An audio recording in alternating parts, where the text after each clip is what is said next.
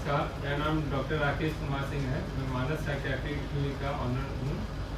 मेरे दो ब्रांचेज हैं। जो मेन ब्रांच है पटना के राजा बाजार में, पिलर नंबर 65, पाल मार्केट, सेकंड फ्लोर। और दूसरा ब्रांच जो है पटना में गोला रोड, एक्सप्रेशन एक्जॉटिका, सेकंड फ्लोर। और मेरे साथ आज हैं क्लिनिकल साइकोलॉजिस्ट इंटर्न मानली शाह जी। और ये इनका बहुत सारे क्वेरी हैं psychology related, psychiatry disorder related.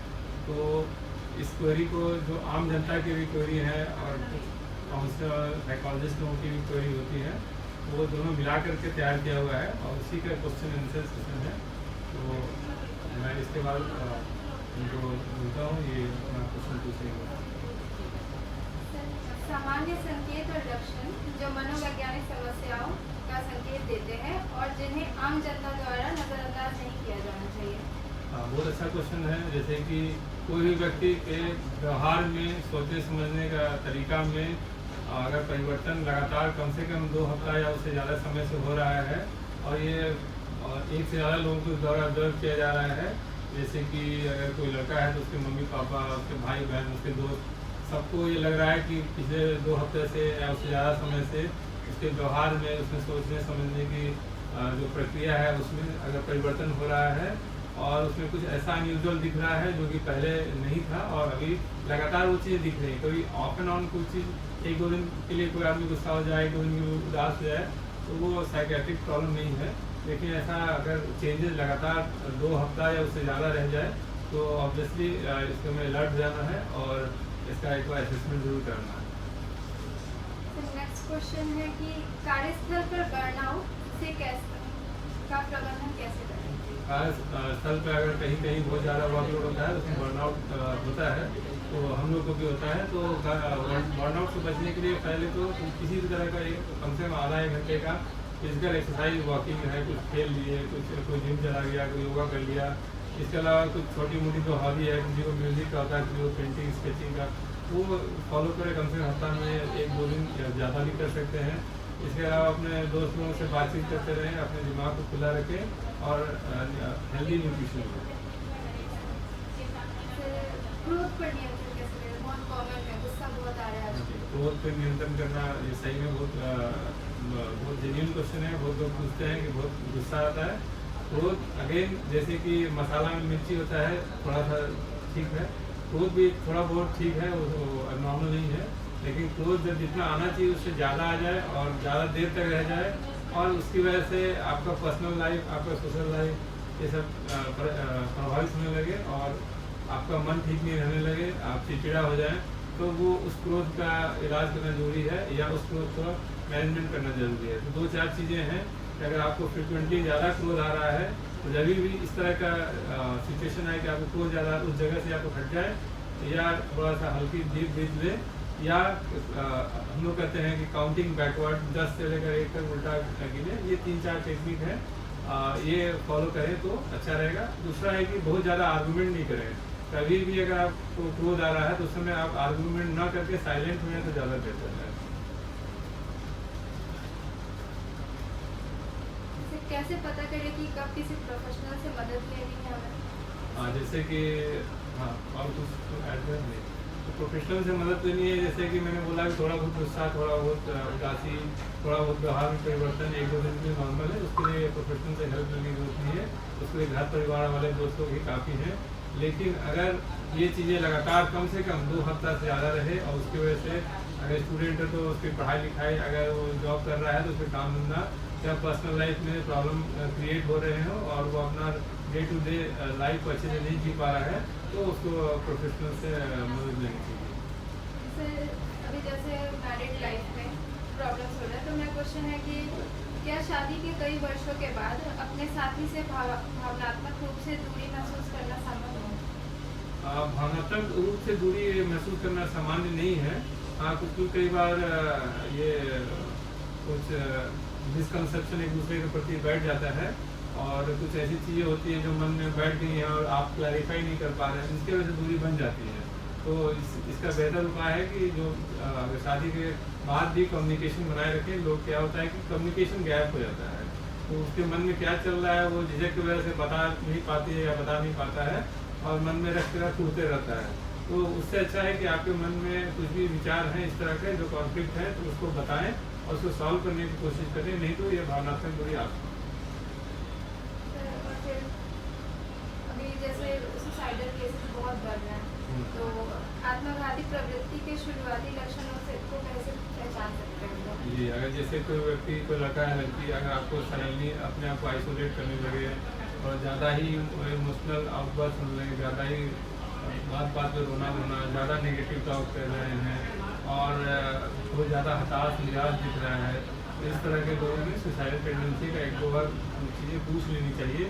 और कई बार इस तरह का वो अगर वीडियो में नेट पे वो चीज़ें खोज रहा है तो उसको सीरियसली लेना चाहिए और उसको मेंटल हेल्थ वर्कर से दिखाना चाहिए।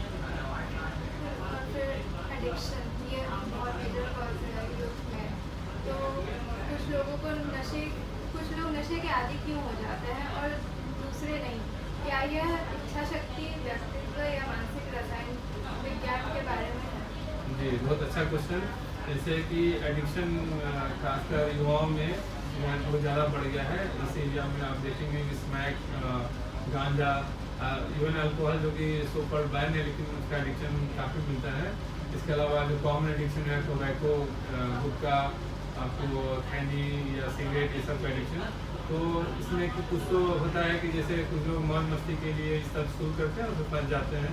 कुछ लोग इसको स्टेटस सिंबल के जरिए जैसा दिखाने की कोशिश करके फिर इसमें हो जाते हैं। कई बार लोग एडिक्टिव पर्सनालिटी के लोग होते हैं जिसमें कि ये कंट्रोल नहीं होता है, आत्मनियंत्रण नहीं होता है, वो उसमें थोड़ा बड़ा नशा नहीं लेते हैं, फिर बढ़िया से लेते हैं और बहुत हार्ड नशा करते हैं और उसके आदी हो जाते हैं, जिसके वजह से उसका पूरा डे टू डे लाइफ उसका खराब हो जाता है। तो और उसके अलावा मानसिक दिमाग में केमिकल इम्बैलेंस भी होता है जिसकी वजह से नशा लेने की प्रवृत्ति ज़्यादा होती है, इम्पल्सिवनेस ज़्यादा होता है जिन लोगों में, तो उन लोगों में नशा लेने की प्रवृत्ति ज़्यादा होती है, जिसमें किसी न किसी बात को फ्रस्ट्रेट रहते हैं, किसी बात को अपने सुपीरियरिटी दिखाने की कोशिश के चक्कर में नशा लेने के आदी बन जाते हैं। डिप्रेशन, सैडनेस और डिप्रेशन में कैसे डिफरेंशिएट करें? सैडनेस एक नॉर्मल इमोशन है। तो जैसे मैं बताया, एक दो दिन सैड आदमी रह सकता है, कोई एग्जाम फेल हो गया, कुछ किसी का पैसा गुम हो गया, किसी से लड़ाई झगड़ा हो गया, तो वो जो इमोशन होता है एक दो दिन का ट्रांजिएंट इमोशन जो होता है उसको सैडनेस बोलते हैं। सैडनेस एक नॉर्मल फिनोमिनन है, लेकिन सपोज करो कि किसी छोटी सी बात को लेकर कोई व्यक्ति अगर 1 महीने तक सैड है तो वो डिप्रेशन में चला गया है। तो सैडनेस नॉर्मल है लेकिन डिप्रेशन नॉर्मल नहीं है। डिप्रेशन जो होते हैं इससे ज़्यादा सैडनेस लगातार रह रहा है और उसकी वजह से लोग कटा रह रहा है और अपना डे टू डे लाइफ का काम नहीं कर पा रहा है, तो वो डिप्रेशन में चला गया है, उसके इलाज करना। सर, अगर अपने आप में या किसी अन्य व्यक्ति में नशे की लत की शुरुआती लक्षणों को कैसे पहचानेंगे? नशे का शुरुआती मतलब अगर नशा नहीं मिले तो बेचैनी होगी और सुबह से उठ के नशा के फेरा में रहेंगे काम धंधा छोड़ करके, और ये जानते हुए कि उस नशा से उसको क्या क्या फिजिकल और मेंटल हेल्थ इश्यूज हो रहे हैं, उसके बावजूद वो नशा करने के लिए परेशान रहेगा, अपना सारा घर बार बेच करके पूरा फाइनेंशियल लॉस करा करके सोशल और फैमिली में वो बाइकआउट होने के बावजूद भी नशा करता रहेगा। तो ये सब है कि वो व्यक्ति अब नशा का आदी हो गया है, उसको इलाज की जरूरत है।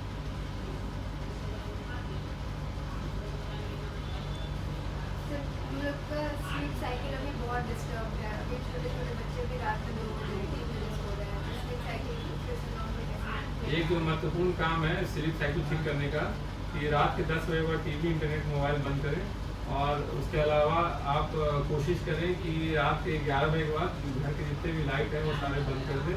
तो आपको जब ये नेचुरल लाइट नहीं मिलेगा और ये ब्लू लाइट जो आपकी स्क्रीन के जरिए मिलता है वो अगर नहीं मिलेगा तो ऑटोमेटिकली व्यक्ति सो जाता है।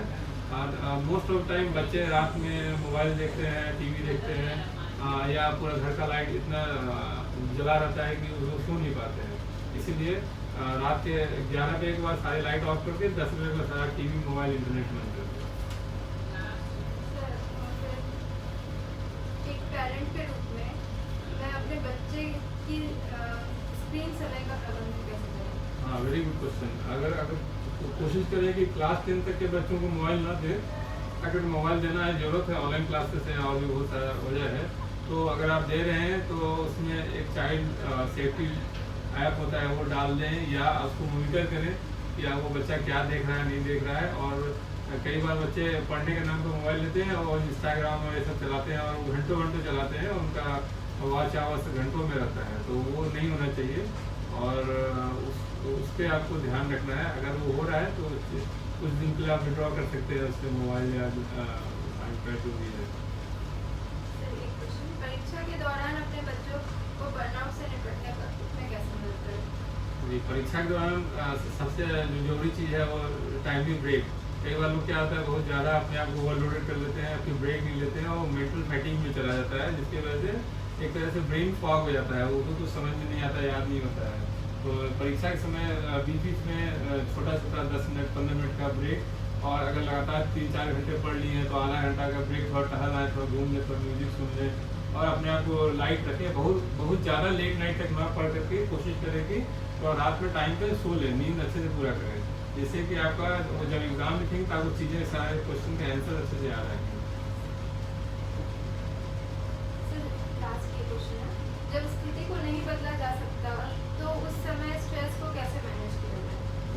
बहुत सही क्वेश्चन है। कई बार होता है ऐसा अनअवॉइडेबल कंसर्न्स होता है कि वो आप नहीं बदल सकते हैं, जैसे तो उसमें आपको कोशिश करना है जितना आप पॉजिटिव रह सकते हैं कि ये समय निकल जाएगा, ये जो खराब समय है ये निकल जाए, तो आप पॉजिटिव रहें और कुछ ना कुछ कंस्ट्रक्टिव करते रहिए, सो दैट कि उससे आपको कुछ ना कुछ क्लू मिले आगे बढ़ने का और उस खराब फेज से आप निकल जाए करें। जैसे कई बार कोई व्यक्ति फेल हो जाता है एग्जाम में या कोई कॉम्पिटिटिव एग्जाम में या कोई भी इस तरह की चीज़ों में, उसको लगता है कि मैं तो किसी काम का नहीं हूँ या क्या मेरे जीवन में कोई उद्देश्य नहीं है।